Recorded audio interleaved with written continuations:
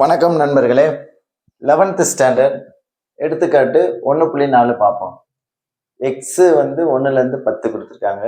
ஏ வந்து 1 2 3 4 5 எனில் ஏ minus B வந்து 4 என உள்ளவாறு அமையக்கூடிய எக்ஸில் உள்ள பி உட்கணங்கள், அதாவது பி சப்செட் ஆஃப் எக்ஸ் எத்தனை உட்கணங்கள் உள்ளன அப்படின்னு கேட்டிருக்காங்க. எக்ஸ் வந்து எழுதியாச்சு 1லேருந்து 10. ஏ வந்து 1 2 3 4 5, ஏ மைனஸ் பி. இப்போ பி எப்படி இருக்கும் அப்படின்னா,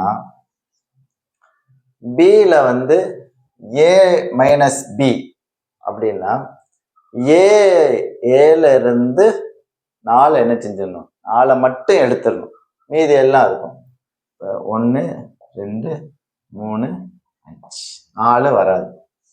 சரியா? இது மட்டும் இல்ல, இங்க என்ன சொல்லியிருக்காங்கன்னா எக்ஸில் உள்ள பி உட்கணங்கள்.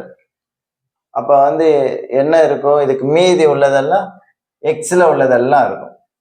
6 7 8 9 10. சரியா? இப்ப கேள்வி என்ன அப்படின்னா, உட்கணங்கள் எக்ஸில் உள்ள பி உட்கணங்கள், எக்ஸ்ல உள்ள பி உட்கணம் வந்து இதுதான்.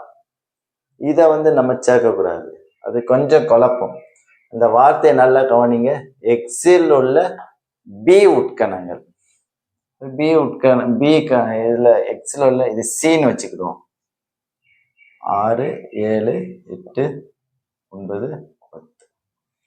இதனுடைய உட்கணங்கள் தான் விடை, இதற்குரிய விடை. அப்ப n of p of c என்ன வரும்? 2 power n. இப்போ 2 power n-னா 1 2 3 4 5. 2 power 5 எத்தனை? 2 into 2 into 2 into 2 into 2. 4 2 4 4 2 8 2 16 16 2 32. இதுதான் இதனுடைய ஆன்சர். நன்றி.